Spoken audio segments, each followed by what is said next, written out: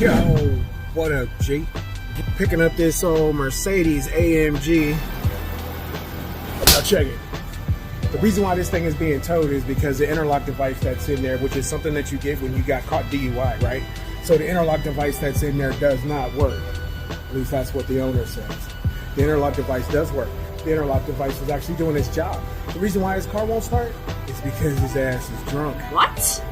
Imagine that.